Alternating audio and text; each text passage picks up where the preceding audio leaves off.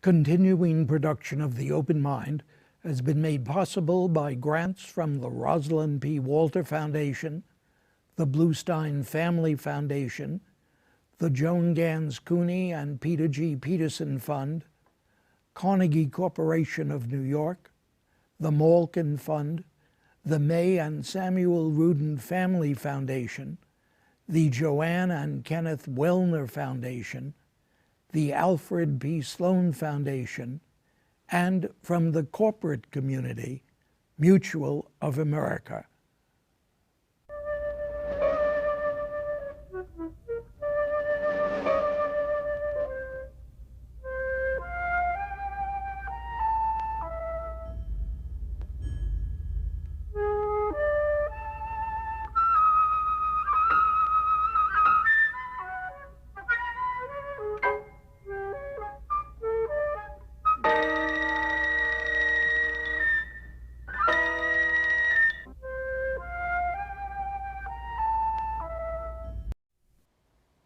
I'm Richard Heffner, your host on The Open Mind.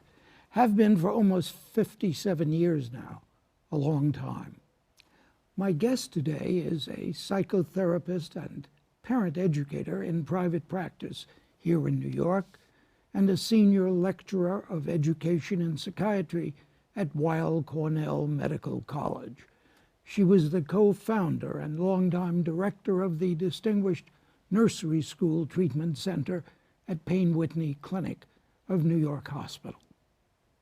The author of Mothering, The Emotional Experience of Motherhood After Freud and Feminism, published by Doubleday and Anchor Press some years back, I find my guest's new book, Good Enough Mothering, The Best of the Blog, based on the blog that she posts online each week, particularly touching in its dedication to all the parents who have taught me so much.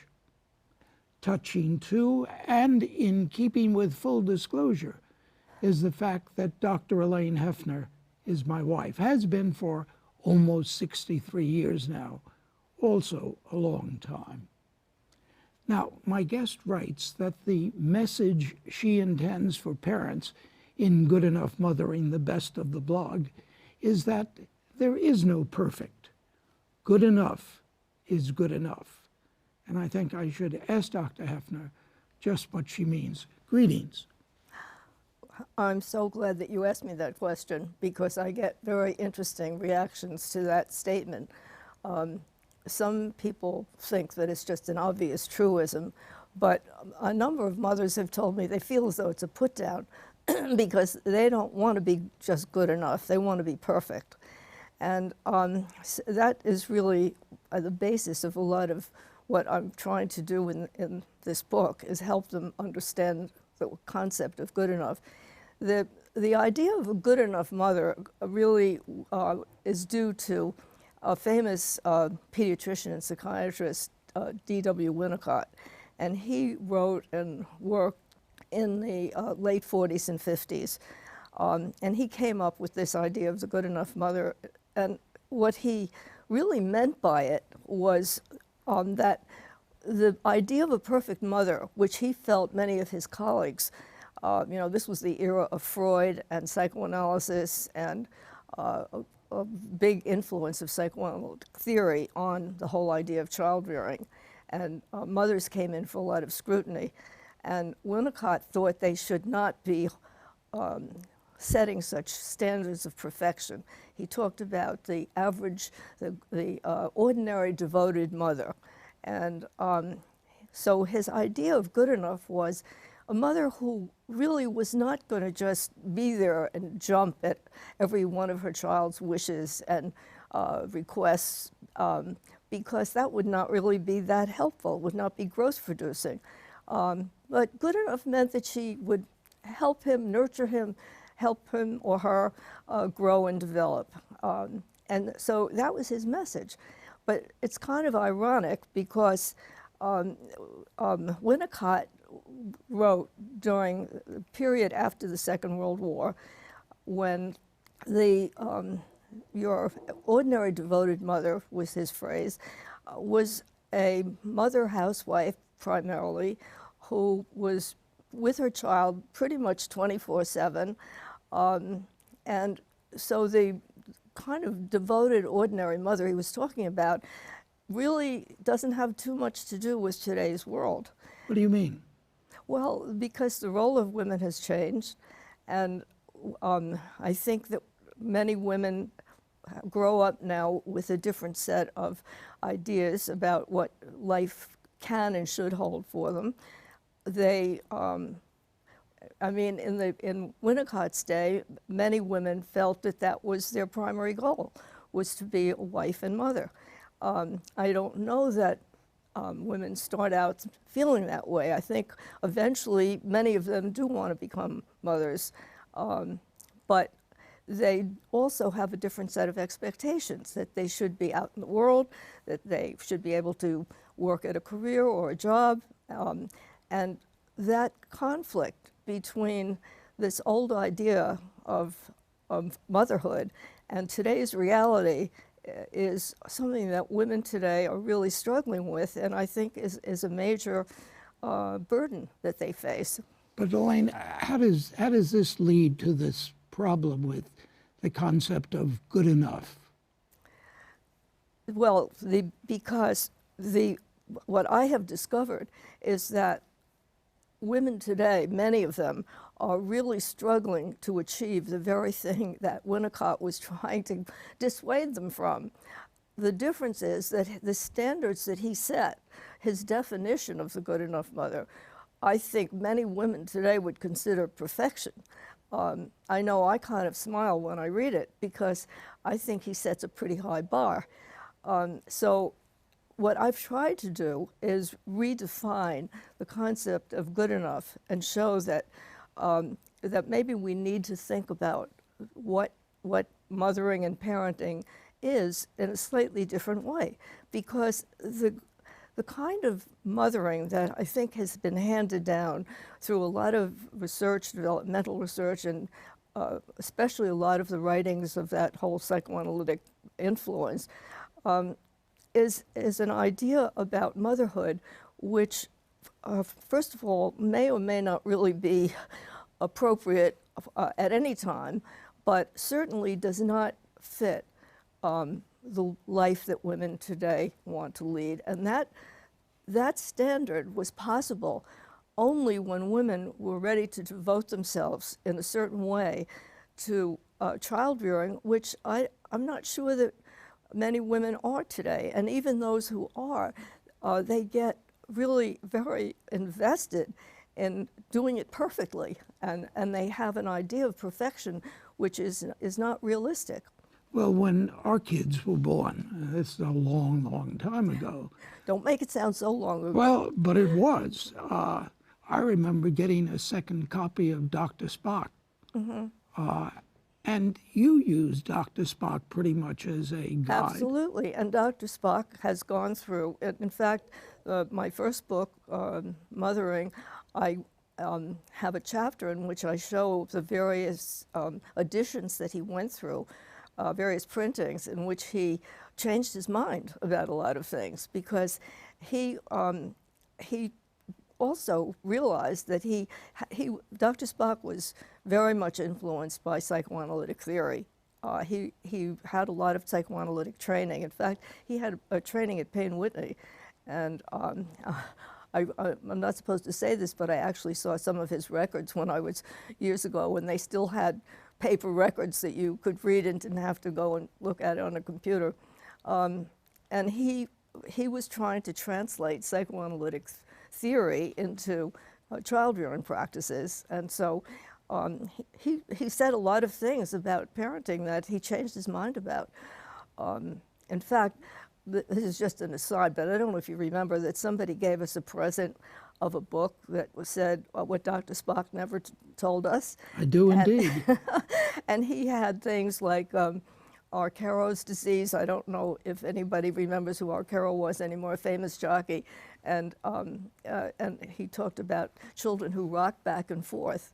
But the one I love is the one he called Traitor's Throat, when a baby cries loud enough to wake his father, but not loud enough to wake his mother. And that is really a made-up category because I don't know babies like that. The mothers always wake up. But look, A, that's not true. As the father, I can testify it's not true. But B, I know from over the years that you've always been very much concerned with the negative impact upon mothers of expert advice. What always raises your hackles about the experts? Well, I've often considered an expert myself, so I have to be. I'm always trying to disabuse people of that idea. I think what I'm talking about is a prescriptive approach. Prescriptive? Yeah, prescriptive. In other words, if you do this and this and this, then everything is going to be wonderful. And the idea that if you don't do it exactly as you've been told to do it, something, you're going to have pathology, you're going to have all kinds of things going wrong. And you think mothers have been misled by that? I know they have, and but they don't feel secure about what they're doing. It's interesting because I participate in a seminar at Cornell, a training seminar for fellows in child psychiatry, and yesterday at the seminar we were discussing siblings, and the whole as background, there was readings in some of the psychoanalytic theory, some of Freud's theory about siblings and so forth. And it was an interesting discussion because much of what was discussed was what parents today, how they react to that. And I know my own experience is that parents tend to think of sibling rivalry. They know about it intellectually, but they get really nervous when they see any sign of children being angry at each other or fighting, aside from the fact that it's not too pleasant to live with. But and what I find is that they think if they do everything just right, if they prepare the older child in just the right way, if they don't take away the crib to give it to the baby too soon, if they don't take the bottle away from the older one in too close proximity to when they're going to have the baby, a whole bunch of things like that, then they're not going to have any sibling rivalry. Everything will be perfect. And that's what I mean about thinking that you can make something perfect, or that it's even desirable. And in that, I agree with Winnicott completely, because one of my main messages to parents is that even if you could be this perfect mother that you somehow idealize, it would not be good for your children because they would never grow up. If somebody is taking care of you and making you totally dependent, well, you're not going to be a very strong individual.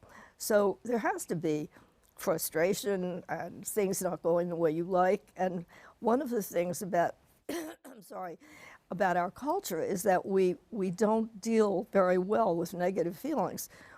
Negative feelings are suspect. You're not supposed to feel bad. We have pills for everything. And all the commercials tell you that. Everything that anything that's bothering you, well, we have something to cure that. So we don't accept the idea that adversity is part of life, and this is how this is how children get strong, by facing things as they grow. Not obviously, we don't want to give them more than they can handle, but neither do we want to try to create a bed of roses. If I think back on our 63 years, no bed of roses. If I think back on those years, I know that what you have always been concerned about was the bad rap that mothers get. Mm-hmm. I remember when in your first book on mothering, Philip Wiley figured in the generation of vipers. I quoted him as saying, "Mama's a jerk." Yeah, and do you feel that now in the 13th year of this century, that we're still involved in getting after mother, blaming mother? I absolutely do. And I think I have my own theory. Well, I don't know if it's only my theory, but I think that everybody has an idealized image of what mother should be, who mother should be. We all wish our own mothers had been this, that, or the other thing. I mean, either people idealize their mothers and try to persuade themselves that everything was wonderful, or they tell me the one thing I don't want to be the kind of mother my mother was, and they try studiously to avoid with their children some of the mistakes that they think that their mother made with them. So I do think that that's a kind of, if you forgive me, an unconscious thing that goes on. Hostility toward Ma? Sort of, or yeah, a feeling that mother is not as good as she should be, and a wish that she be something different than she is. And so I think there are a lot of fantasies about who a mother should be. But there's also something else that is I'm very interested in, which is that we have in our society a history of what I call social engineering through child rearing and education. In other words, if there's a problem that we see in society, we want to fix it by the way people raise their children. And we blame parents, and mothers in particular. And these days, mothers get a lot of blame because there's a whole segment of our culture that believes if women would just go back to the home, do what they're supposed to do, stay barefoot and pregnant, then we wouldn't have all these social problems. And to a certain extent, that is correct, that when women took that responsibility and life was very tidy and men went to work and women stayed home and took care of the children, that life was a lot more orderly. But this was all being done on the backs of one sex. And I think that women rebelled against that, and they really don't want to be the carriers of the sole problem of how to be an active member of society and at the same time raise children. So we really have not solved that problem. That is a social problem, a cultural problem that is very active right now, that women in particular experience it. They feel very conflicted.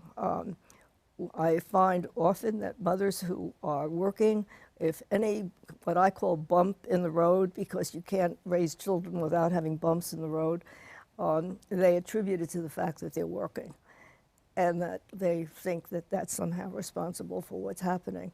Why have we, why have American mothers been attacked so in terms of other peoples, Chinese, French, you name them? Well, what it seems to me as I've looked at this is that what's really going on is a struggle about an authoritarian approach to child rearing versus the more permissive, I'll say democratic approach that we have adopted in this country. And we've gone through an evolution. And I'm sure you're a historian, you are very well aware of of what child rearing was like in the Puritan era, and then in the years that followed. There was, children should be seen and not heard, respect your elders. The whole idea that, I always quote that old joke about when I was a child, my parents got the white meat of the chicken. Now that I'm a parent, my children get the white meat of the chicken. When is it going to be my turn? So, not that everybody loves the white meat of the chicken, but the idea being that at one point, children were supposed to defer to parents, and now it seems to have gotten turned around, in which parents defer to their children a great deal. And I think that if you read things like the Chinese Tiger Mother or Raising Bebe or some of the other stuff that's come out, you'll see that what they're admiring is the authoritarian, I'm the boss approach. And I know from our Sunday night discussions when you when you post your blog, I must use the right language, I know that you address yourself to so many of these questions, problems, to parents, to mothers in particular, but not only to mothers. I'm always delighted when a father sneaks in to one of your posts. Do you find that as you write these blogs, that the response to them indicates that there is a continuing hunger on the part of mothers, young and not so young, for information and for orientation, perhaps the orientation that you offer most of all, and that has to do with nobody's perfect? Well, I try to be reassuring and supportive.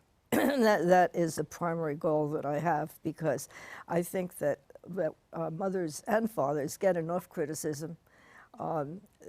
Every magazine article that you pick up tells you what some latest research finding is that indicates some problem that is coming out of parenting. Really? Is that the pattern? Oh, it's a great deal, yes, because this is, as I say, there's an idea that somehow if you fix this, then we'll get rid of this problem. You mean if you fix mothering? Yeah, if you fix what the writer has identified as the particular issue that they think is destructive or what have you. Just somebody, actually a member of our family, recommended a book about narcissistic mothers and how they damage their children. Well, that is so typical. I mean, people come up with these labels, ways of, it sells books for one thing, but it is very destructive. And I think that women and mothers do take a lot of this seriously. And I know that anytime I've written about any of those articles and indicated, kind of supported the parents' viewpoint or role, that I get a lot of positive response, because I think women and men too are hungry for a feeling of validation. What do you mean, validation? That they're doing a good job, and that what was that movie? The Kids Are All Right. And I think that we are in such a competitive society, and the educational system is broken, as everybody is aware. So there's such a competition for good spots in schools, and I think so much of raising your children is really a matter of values. I mean, what's important to you? When somebody says to me, I want to be perfect, I want to be a perfect mother, well, does that mean that you want to raise a perfect child? So who is this perfect child? Is this a child who gets a grade A? Is this a child who excels at sports? Is this a child who is an outstanding musician, a creative genius? What is this child? Who is this child who's going to make you feel like a perfect mother? So we're demanding something impossible of our children, that they should turn out in a way that will help us feel like perfect parents, and that's just not going to happen. So my philosophy and my outlook is that that children, they are going to be influenced much more by who you are than by what you do.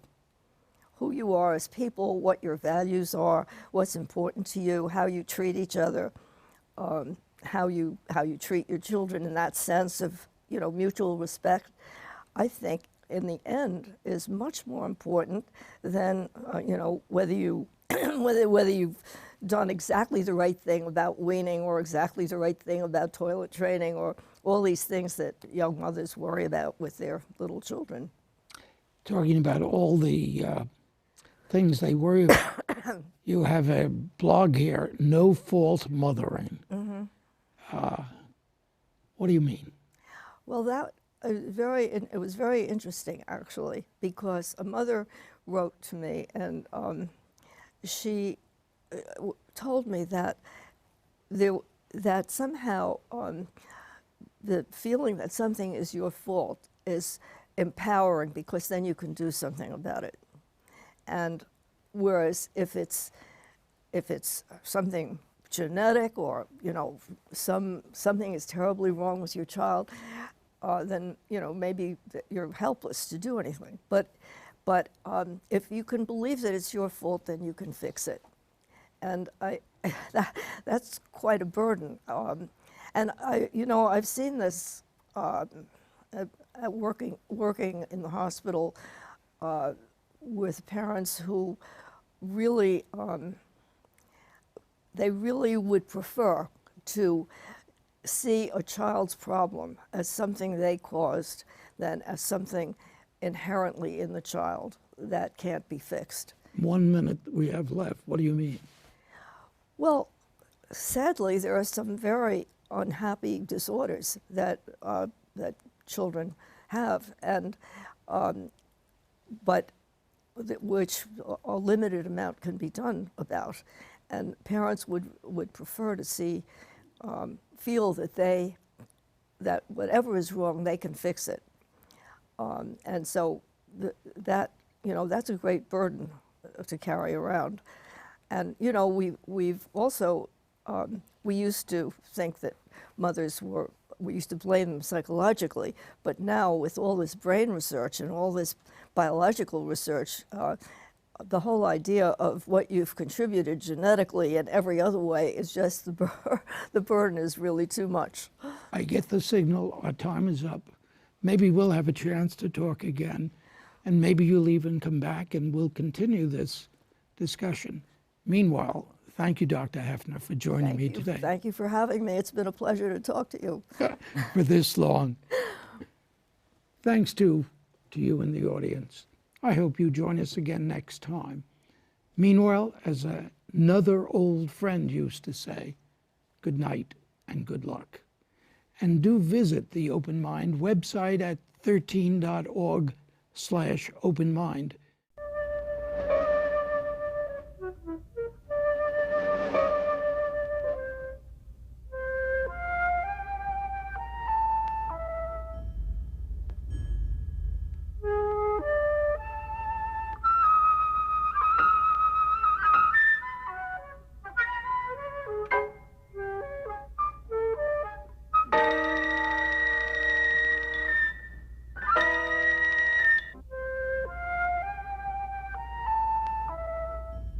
Continuing production of The Open Mind has been made possible by grants from the Rosalind P. Walter Foundation, the Bluestein Family Foundation, the Joan Gans Cuny and Peter G. Peterson Fund, Carnegie Corporation of New York, the Malkin Fund, the May and Samuel Rudin Family Foundation, the Joanne and Kenneth Wellner Foundation, the Alfred P. Sloan Foundation, and from the corporate community, Mutual of America.